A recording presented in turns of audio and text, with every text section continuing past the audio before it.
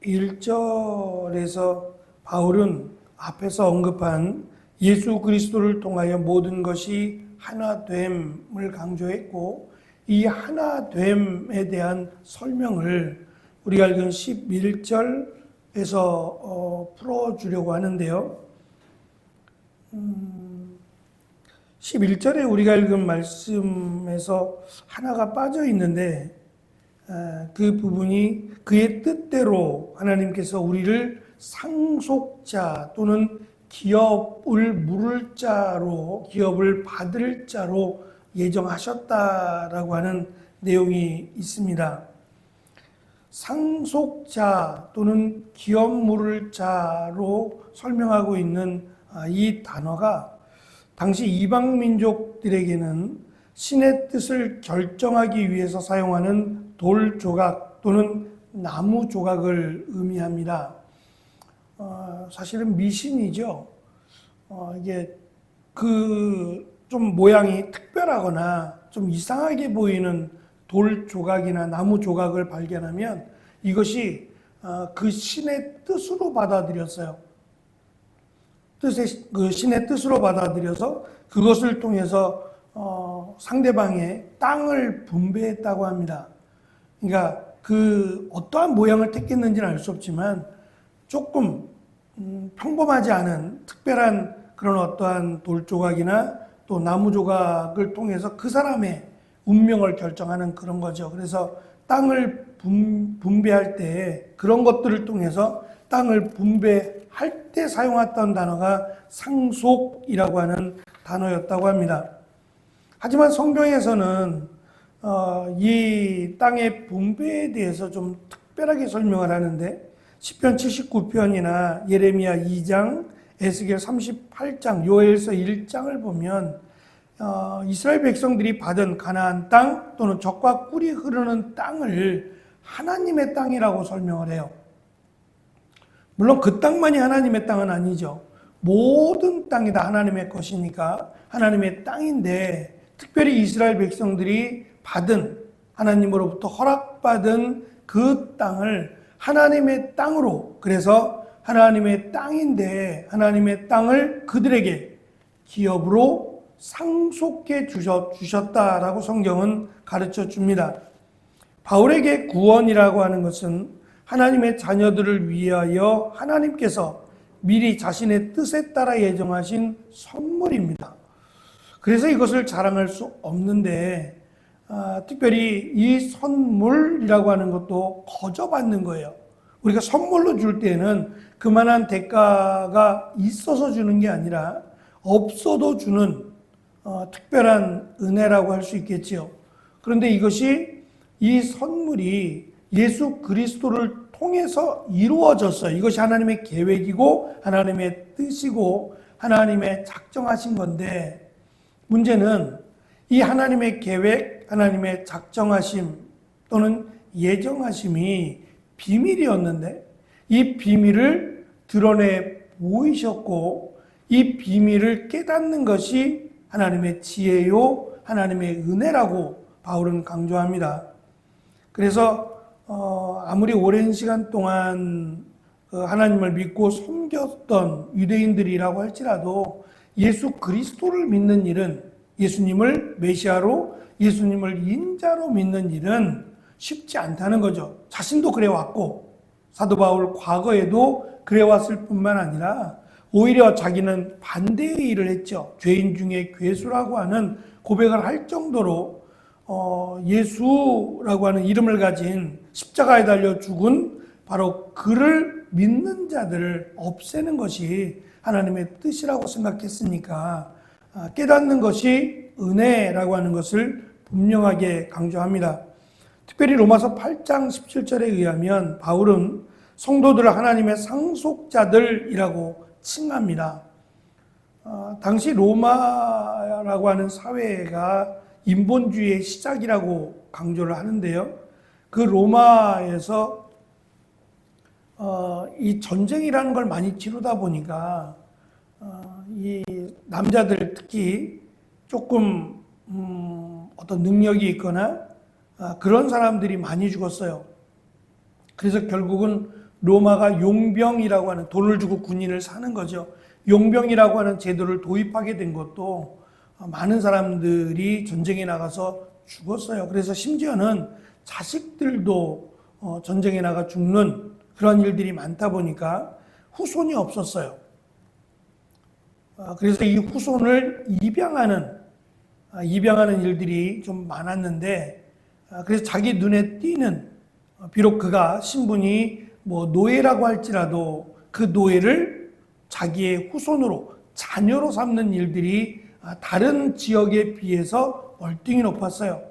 그래서 바울은 로마서에서 하나님의 나라를 유업으로 받는 하나님의 입양자라는 것을 특별히 강조했던 건데, 이 하나님의 입양을 받게 되고 또 하나님의 나라를 상속받게 되는 것이 결국은 하나님의 뜻이었고 또한 하나님의 예정된 일이었다라고 강조를 해줍니다. 그러나 이 하나님의 나라 또는 구원을 상속받게 되는 것이 하나님의 은혜, 하나님의 선물이긴 하지만 그 상속을 받은 자가 해야 될 일을 설명하는데, 그것은 하나님께 대한, 하나님의 영광에 대한 찬송이 되고자 함이라고 강조합니다. 구약에서 하나님은 이스라엘을 자신의 백성으로 택하시고 적들로부터 그들을 구원하심으로 하나님이 그들의 구원자가 되심을 증명해 주셨어요. 이에 대해서 이스라엘은 하나님의 그 신실하심과 하나님의 은혜에 대해서 하나님을 인정하고 찬양함으로 마땅히 하나님께 돌려야 할 영광을 돌리게 됩니다. 문제는 늘 그래야 함에도 그렇게 하는 것이 마땅함에도 그렇지 못하다는 데 있어요. 그러니까 하나님 앞에 영광을 돌리다라고 하는 이야기는 하나님의 하나님 되심을 인정하다는 얘기예요. 하나님의 전능하심과 하나님의 유일하신 하나님이심을 인정하고 하나님이 기뻐하시는 일을 행하는 것, 그것이 찬송하는 겁니다. 그러니까 하나님을 찬양하다, 또 하나님께 노래를 부르다, 그런 것도 있을 수 있어요. 하나의 모습을 보면 그럴 수 있겠지만 궁극적으로는 우리의 마음 한가운데 하나님을 하나님으로 인정하다라고 하는 것을 의미합니다. 그것이 시작이 되어서 노래를 부르든 또 하나님 말씀에 순종하든 그런 모습이 나타나는 거죠. 그것을 사도 바울은 강조하기 위해서 그 하나님께서 예수라고 하는 이름을 가진 메시아를 인자로 보내신 것이고, 그것을 통해서 우리를 의롭게 하시기 위한 십자가 달려 죽으시고 부활하심을 하나님이 계획하셨다라고 하는 것을, 그리고 이것이 비밀이었다. 근데 이 비밀을 하나님이 드러내 보이셨다. 그리고 땅끝까지 이 비밀을 전하게 하셨다라는 것을 강조합니다.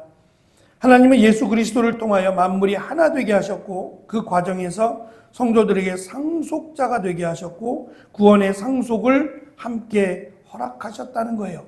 이것을 믿는 자는 이 땅이 아닌 하나님의 나라, 천국을 우리가 상속받았다라고 하는 것을 믿는다면, 지금 로마에서부터 쫓겨남을 당하게 되잖아요. 기독교인들이 쫓겨나게 돼서 땅을 빼앗기고 또는 가족으로부터 버림을 받고 아무것도 취하지 못하는 정말 막막한 그런 삶을 살게 될 텐데, 그럼에도 불구하고 하나님의 나라를 상속받는다고 했을 때 그것이 얼마나 큰 위로가 되겠는가라고 하는 것을 생각하고 있습니다.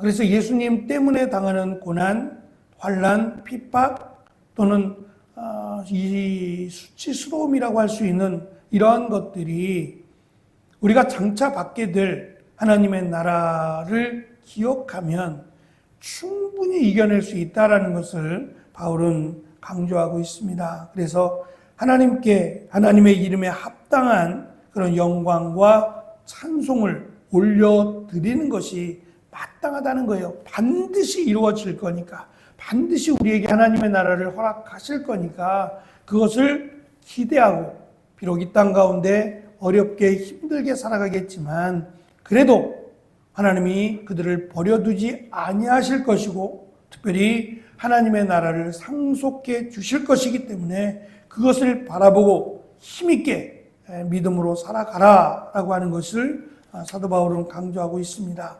어찌 보면 이 권면 또는 이 내용은 바울 자신에게 하는 걸 수도 있어요. 바울은 지금 감옥에 갇혀 있거든요. 감옥에서 가장 원하고 있다라고 하는 것은 사실 잘 먹고 잘 사는 것보다는 자유죠. 내가 가고 싶은 건 마음대로 가고 내가 생각하고 내가 계획하는 것들을 마음대로 할 수 있는 자유라고 하는 것이 가장 큰 바람이겠죠. 근데 막상 그 자유를 얻고 나면 또 다른 것에 우리는 마음을 빼앗기고 맙니다. 더 좋은 것, 더 나은 것들에 마음을 빼앗기게 되면서 자유에 대한 이 은혜를 사실 잊어버리고 살아가죠. 마땅한 것, 당연한 것이라고 여기니까요.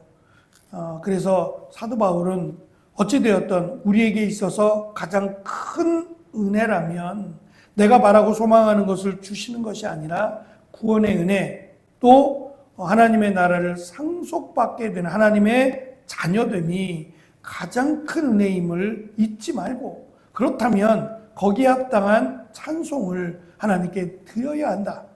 비록 내가 예상치 못한 어려움을 겪거나 내가 원하지 않는 일로 인하여 힘들지라도 중요한 것은 내가 하나님의 자녀 그리고 구원받았다고 하는 사실을 잊지 말고 그것으로 인하여 하나님 앞에 감사할 수 있어야 된다. 찬송할 수 있어야 된다라고 하는 사실을 강조합니다. 바울도 비록 감옥에 있지만 하나님의 자녀됨을, 구원받은 하나님의 백성임을 기뻐하고 오히려 감사하고 있음을 우리는 알 수 있습니다. 이 은혜가, 마땅한 당연한 이 은혜가 우리 가운데 감사하고 찬송할 수 있는 우리가 되어지기를 축원합니다. 기도하겠습니다.